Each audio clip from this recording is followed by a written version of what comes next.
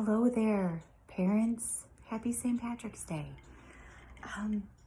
So I have created this special time for us called Parent Story Hour because let's face it, there are lots of resources out there for our children and things for them to watch online. But once in a while, us parents might be losing it a little and need some of that quiet time too. So I will be reading some stories to you. Today we have a St. Patrick's Day themed story. I got my friend Megan here to help me. She's all dressed up, and I'm going to read a story to you, and hopefully you will find this relaxing. So cheers. We'll be reading the night before St. Patrick's Day. And it's ironic that that was last night, and I'm reading it today, so already failed. Okay.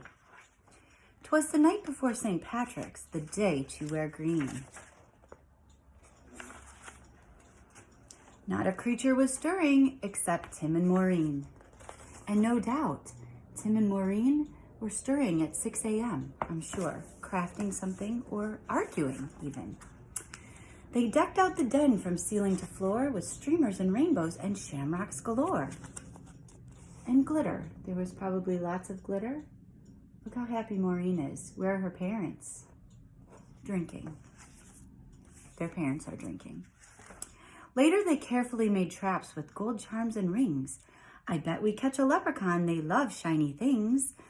For if they caught one, so the legend told, they'd find where he buried his big pot of gold. So there they are. No doubt later that dog will probably eat that ring and it'll be an emergency vet visit.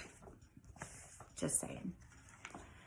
They set all the traps around the room with great care in hopes a wee Irishman soon would be theirs.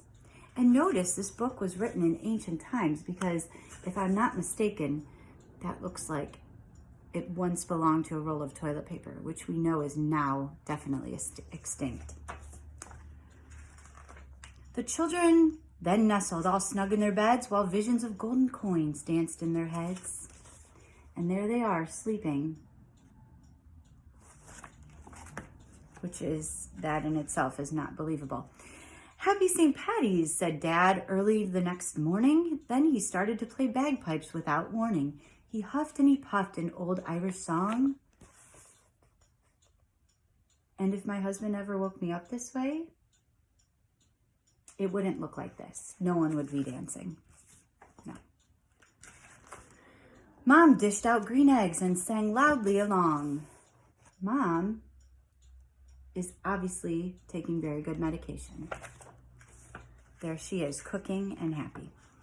When from their bedroom, there arose such a clatter, the kids ran down the hallway to see what was the matter, and what to their wondering eyes should appear?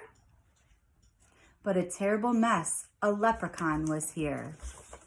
Now, personally, if you take a look at the picture, I think maybe a leprechaun lives here all year, because that's what most of our house looks like on typical days.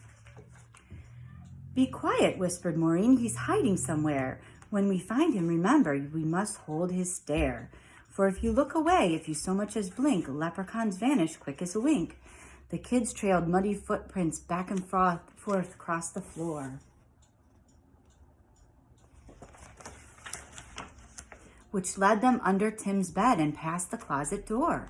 Then inside a trap, they heard someone jingling, a real live leprechaun. They both saw him wriggling. Is it? Could it be a leprechaun in that can? The dog looks pretty sure. Dog's sure. His eyes, how they twinkled, his body so tiny, his hand clasped a trinket, so golden and shiny. He was dressed all in green from his head to his toes, and he looked like a cobbler wearing fairy-sized clothes. The children approached him, staring straight in his eyes. Tell us where the gold is. Don't be tricky, no lies. I buried it under a rock, smooth and hard. It's marked with an X right in your backyard. Okay, I don't know about you, but at this point, I would probably call the police. If there was a little man who looked like this dancing around, I would either seriously question my sanity and get a mental evaluation or call 911. But when the kids went outside with their shovel and pick, they instantly saw it had been a big trick. Yes, that was a big trick. Ha ha, I fooled you. It's time to disappear. Happy St. Patty's Day to you and better luck next year. And there he is, flying out on a rainbow. Well, I hope you've enjoyed the night before St. Patrick's Day. I will be back with more relaxing adult reading time. So if you'd like to join us for more story time, we'll see you then. I hope everyone's staying healthy and sane.